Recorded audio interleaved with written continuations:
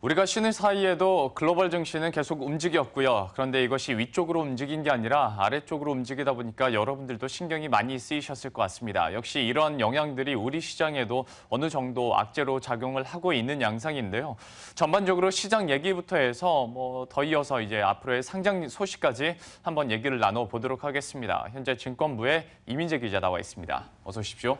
안녕하십니까. 추석 잘 쉬셨나요? 네, 다행히 별일은 없었다고 생각했는데 네. 막상 또 추석 연휴가 끝나고 나니까 굉장히 세계 증시라든지 변동성이 굉장히 많았네요. 그렇죠. 그래서 시장 얘기도 한번 해봐야 될 것 같고 또 이민재 기자 나왔으니까 상장 얘기도 안 해볼 수가 없지 않겠습니까? 네, 맞습니다. 전반적으로 한번 쭉 훑어보도록 하겠습니다. 오늘 기자뿐만 아니라 증권 전문가로서도 1인 2역을 좀 해주셔야 될 것 같고요. 그러면 이제 세계 글로벌 증시 상황부터 우리가 쉬는 사이에 어땠었는지 미국부터 한번 천천히 훑어주시겠어요? 네, 일단 미국 증시는 오늘 29일 현지 시간으로 29일 혼조세를 보이면서 마감을 했는데요. 대표적으로 나스닥 지수 같은 경우에는 0.59% 하락을 했지만 또 다우지수 같은 경우에는 0.3% 오르는 등 좀 분위기는 엇갈리는 모습을 보였습니다. 전일 나스닥 지수가 3% 넘게 급락한 것 등을 볼 때 이런 여파가 조금 이어지는 게 아닌가 이렇게 좀 생각이 들고요. 이거에 대한 좀 근거로는 같은 날에 또 중국 통계청이 중국 기업들 같은 경우에 이제 8월 수익이 전년 같은 기간에 비해서 이제 8.8% 감소했다라고 이제 발표를 했는데요. 지난 7월에 전년 동기 대비해서 2.9% 감소했다는 것을 볼 때 굉장히 좀 저조해졌다. 그리고 하락폭이 굉장히 커졌다라고 볼 수가 있을 것 같습니다. 또 업종별로는 철강, 석유, IT, 자동차 등이 이제 대표적인데 주로 또 한국 같은 경우나 세계 증시, 세계 경제들이 주력을 하는 부분이지만 또 공급 과잉으로 한동안 좀 문제가 됐던 또 업종이기 때문에 또 문제가 좀 커질 수 있다라는 우려가 나오고 있고요.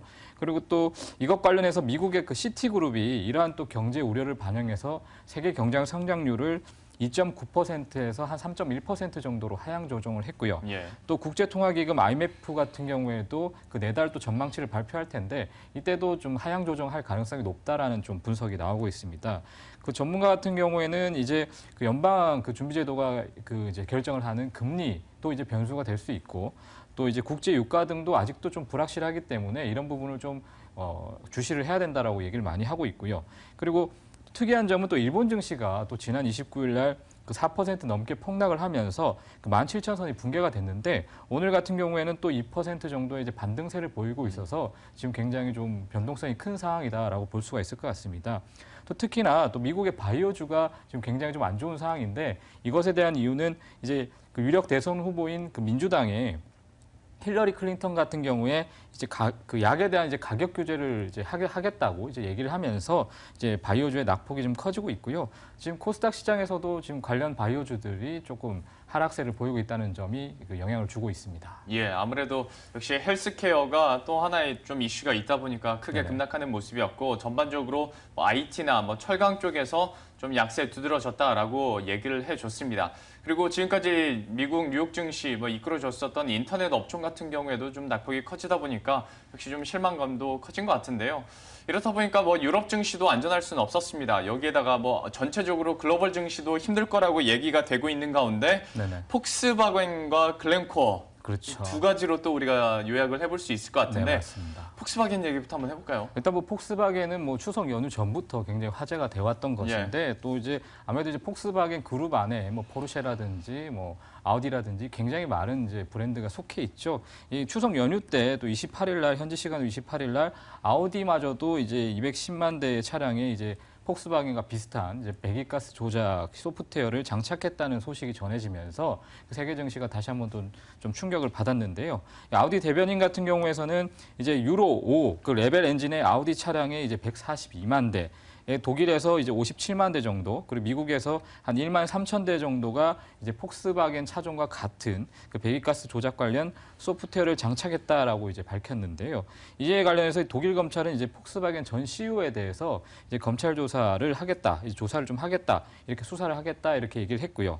그리고 이에 대해서 이제 폭스바겐 주가는 뭐 과거에도 뭐 30% 이상 폭락을 했지만 그 29일 날 같은 경우에도 4% 넘게 하락을 했고 전일도 7% 넘게 하락하는 모습을 보이면서 이 급락세가 이제 멈출 줄을 모르고 있습니다. 그리고 또 시가총액 같은 경우에는 또 수십조 원이 사라졌기 때문에 또 여기다가 이제 미국 소비자 대상으로 이제 배상까지 더해지면 예. 손실 규모는 더욱더 커질 수 있고 여기에다 이제 한국 등을 비롯해서 다른 나라들도 이에 대한 이제 그 폭스바겐 관련 차종들에 대해서 검사를 하겠다라고 하게 되면 손실 규모는 더욱더 커질 수밖에 없는데요. 거기다가 이제 유럽 증시도 이것에 관련해서 좀 하락세를 여파를 당연히 받고 있는데 그 영국의 FTSE 100 지수 같은 경우에 0.83% 하락을 했고 또 이제 독일 닥스 지수도 0.35% 떨어지는 등 계속해서 이런 폭스바겐 사태가 유럽 증시에도 악영향을 주고 있다라고 풀이할 수 있을 것 같습니다. 예, 역시 직접적인 영향을 주고 있는 부분이고요. 폭스바겐에 대해서는 항상 염현석 기자가 나와서 얘기를 해줬었는데 네, 맞습니다. 항상 뭐 오늘은 6조 원이 날아갔습니다. 다음날 그렇죠. 와서 또 7조 원이 날아갔습니다. 항상 네. 얘기를 하더라고요. 네네. 정말 이게 좀 실제적으로 뭐 단위 수도 조 단위로 뭐 매일매일 떨어지다 보니까 유럽 증시는 뭐 부담이 안 될래 안 될 수가 없는 상황이고요. 여기에다가 이제 글렌코어 얘기도 해보도록 하겠습니다. 세계 최대 광산업체인데 파산설까지 나옵니다. 네네. 원자재 시장에서 영향을 줄 수밖에 없고 유럽 증시에서도 역시 직접적인 타격을 줬는데 구체적으로 어떤 소식인지도 좀 말씀을 해주시겠어요? 일단은 그 전문가들이 계속해서 이제 글렌코어에 대해서 이제 부채가 굉장히 높다, 채무가 별로 좋지가 않다. 그래서 이제 강도 높은 구조조정이 필요하다라고 이제 지적을 해오고 있는 상황이었는데요. 이제 원자재 트레이딩 회사였던 이제 글렌코어 같은 경우에 이제 1년 전만 해도 굉장히 석탄이나 이제 알루미늄 같은 것을 통해서 이제 광산을 굉장히 많이 보유를 했고 또 뭐 엑스트라타를 인수하면서 뭐 BHP와 같은 굉장히 큰 자원회사, 그러니까 세계에서 거의 가장 큰 회사라고 이제 볼 수가 있는 정도로 성장을 했는데요. 네. 하지만 그 영국 투자은행인 그 인베스텍 같은 경우에는 이런 식으로 부채가 너무 높고 채무가 정리가 되지 못하면 주식 가치가 제로가 될 수 있는 가능성이 굉장히 크다라고 이제 강력하게 지적을 했고요. 또 여기에 대해서 이제 글렌코어가 300억 달러 정도의 이제 채무를 줄이기 위해서 이제 구조조정도 하고 그리고 뭐 자사주 매입이라든지 그리고 자사주 매각이라든지 예. 그리고 배당을 또 중단하면서 이제 부채를 3분의 1 정도로 줄이겠다라고 얘기를 했지만 이제 전문가들 같은 경우에는 이마저도 별로 부족하다라고 이제 설명을 하고 있고요. 그래서 이에 대해서 이제 글렌코어의 주가 같은 경우에는 런던 증시에서 올해 들어서만 거의 77%가 급락을 했기 때문에 예. 뭐 거의 뭐 그 폭스바겐의 수준을 뛰어넘는다라고 볼 수가 있을 것 같고요. 그리고 지금 그 이 원자재 가격의 하락의 어떤 근거가 되는 것은 아무래도 이제 중국 등이나 그 신흥시장의 이제 성장이 부진이 되면서 원자재 가격이 급락을 하게 됐고 이에 대해서 이제 당연히 이제 1, 2위 기업이었던 이제 글렌코어 같은 경우가 큰 영향을 받았다. 이렇게 설명을 할 수가 있을 것 같습니다. 아무래도 뭐 글렌코어 같은 경우에는 뭐 외형 성장도 빚내서 이렇게 하다 보니까 그리고 네네. 이걸 갚지 못하다 보니까 결국엔 발목을 잡히는 것 같고요. 네네. 뭐 이거는 좀 다른 얘기일 수도 있긴 하겠습니다만 글렌코어 이번 사태로 인해서 우리나라 증시에서는 고려 아연에 대해서도 좀 걱정하시는 분들도 많을 것 같은데요. 증권사에서도 좀 리포트를 내놓고 있습니다. 아직까지는 좀 무관하다라는 리포트 내용도 있긴 합니다만은 전반적으로 시장 자체도 힘들다 보니까 만약에 고려 아연에 대해서 투자 전략이 필요할 때는 저희가 또 계속해서 한번 터치를 해드리도록 하겠고요. 뭐 얘기 나온 김에 국내 증시도 한번 이야기해 보도록 하겠습니다. 전반적으로 글로벌 증시 뭐 안 좋죠. 뭐 호재가 없습니다. 이러다 보니까 그나마 좀 반전을 시킬 수 있는 게 실적이지 않을까라는 기대감도 있던데 뭐 증권사에서는 실적 추정치 또 하향 조정하는 곳도 있더라고요. 네네. 그러니까 3분기 어닝 시즌에 대해서는 좀 시장 분위기가 어떤가요?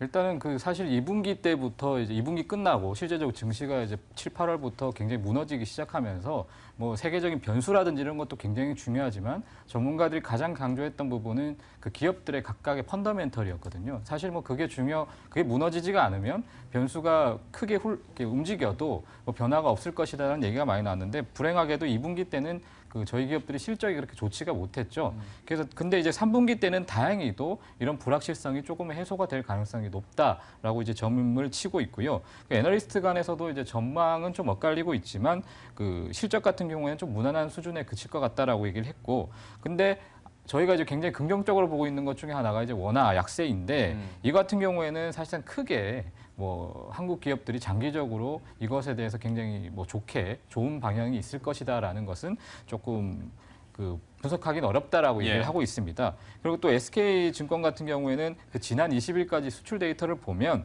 그 전년 대비 7% 감소했지만 전월 대비해서는 굉장히 좋은 수준이라고 얘기를 했고요. 하지만 또 추석 연휴가 있었기 때문에 이런 부분을 감안하면 그 전반적으로 그 이익은 흑자지만 업황은 조금 안 좋을 수 있다라고 얘기를 했습니다. 뭐 대표적으로 삼성전자 같은 경우에는 3분기 영업이익이 그 6조 7천억 원으로 그 KTB 투자증권 같은 경우에는 본인들의 그 추정치보다는 한 1% 정도 높기 때문에 양호한 수준에 그칠 것이다 이렇게 얘기를 하고 있습니다.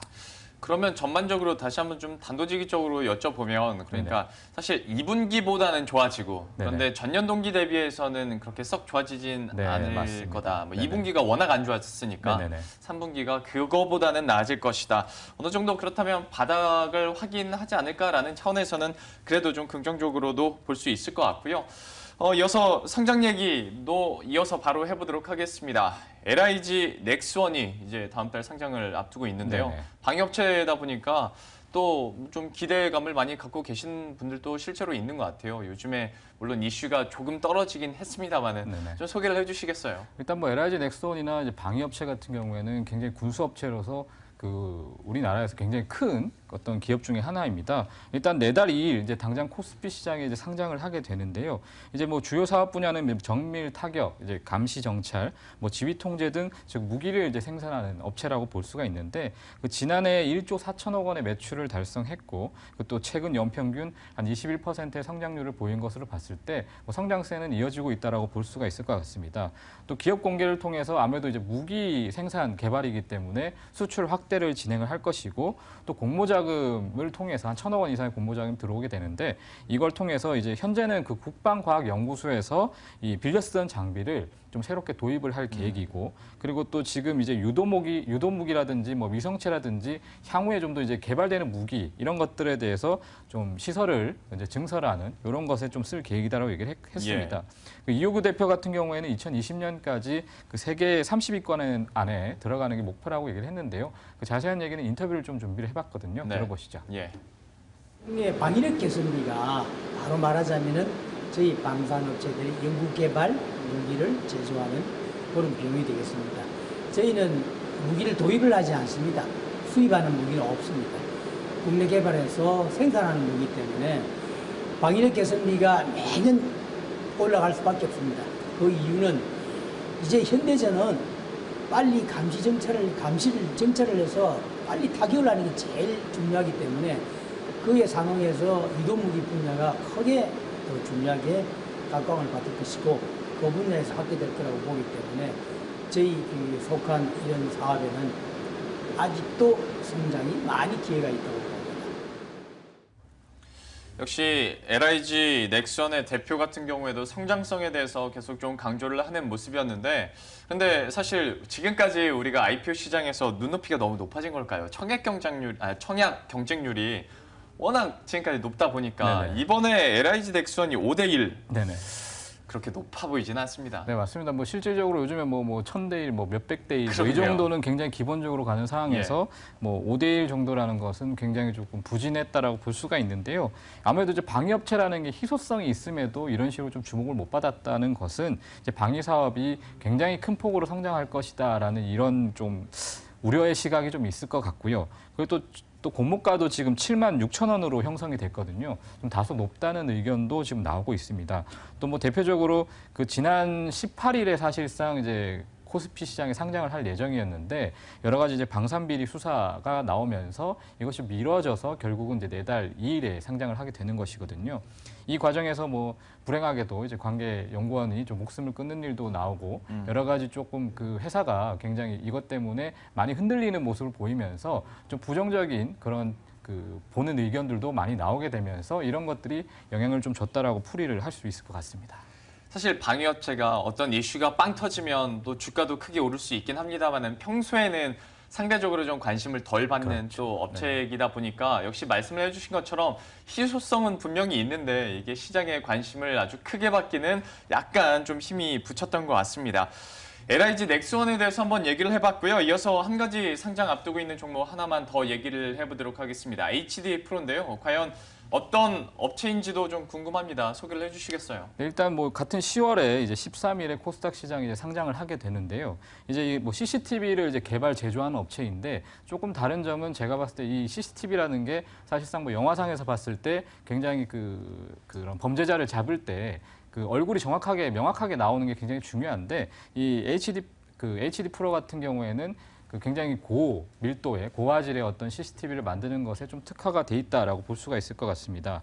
그리고 또 최근에 여러 가지 그 어린이집의 어떤 불미스러운 사건으로 인해서 뭐 CCTV라든지 이런 것들이 굉장히 그 설치가 이제 법안이 좀 강화가 되면서 이런 부분에 대해서 좀 각광을 받고 있고요.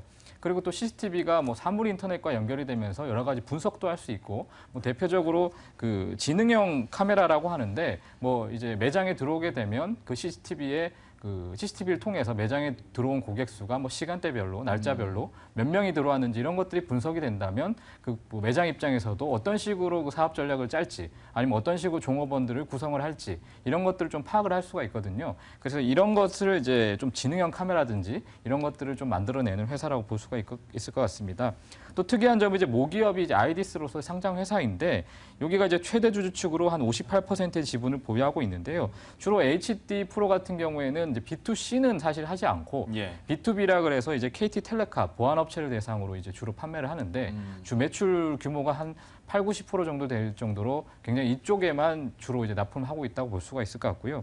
크게 뭐 그 우리나라에서 보안업체라고 하면 이제 삼성의 S1 그리고 KT텔레카 이렇게 두 개로 양분이 된다 볼 수가 있는데 모기업이 이제 아이디스가 이제 S1 그리고 이제 그 자회사인 HD 프로가 KT텔레카를 맡은 걸 봤을 때 보안업체에서는 굉장히 좀 매출을 잡고 있다라고 볼 수가 있을 것 같습니다. 그러면 B2C로 갈 뭐 전망이나 그런 건 아직 뭐 나오지 않는 건가요? 일단 저도 그 부분에 대해서 아까 그 좀 전에 인터뷰에 나올 거지만 이제 대표님께 물어봤는데 B2C 같은 경우에는 그 순간적으로 이제 소비자들과 직접적으로 다이렉트로 연결이 되기 때문에 뭐 여러 가지 관련 뭐 부서라든지 뭐 이런 것들 더 늘려야 되는데 아직 그것까지는 생각을 하고 있지 않고 그리고 이제 아무래도 이제 고밀도 고화질이기 때문에 B2C로 가면 아무래도 이제 직접적으로 핸드폰 조정이라든지 이런 CCTV가 많아지잖아요.